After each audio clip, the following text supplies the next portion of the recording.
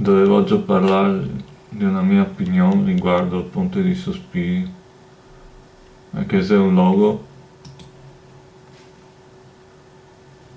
un logo molto apprezzato e innamorato di tutto il mondo.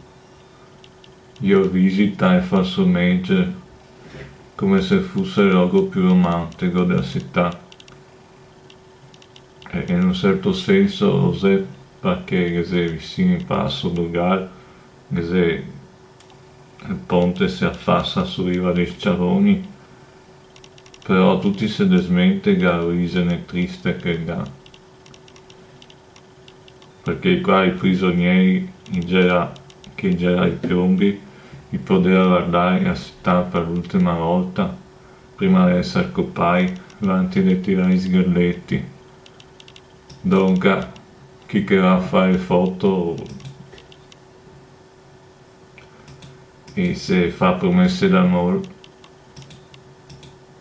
facendo queste foto sotto il ponte dei sospiri, bisogna tenere conto di questo fatto storico, che è un luogo un po' triste per tutti i condannati che poteva sospirare per l'ultima volta.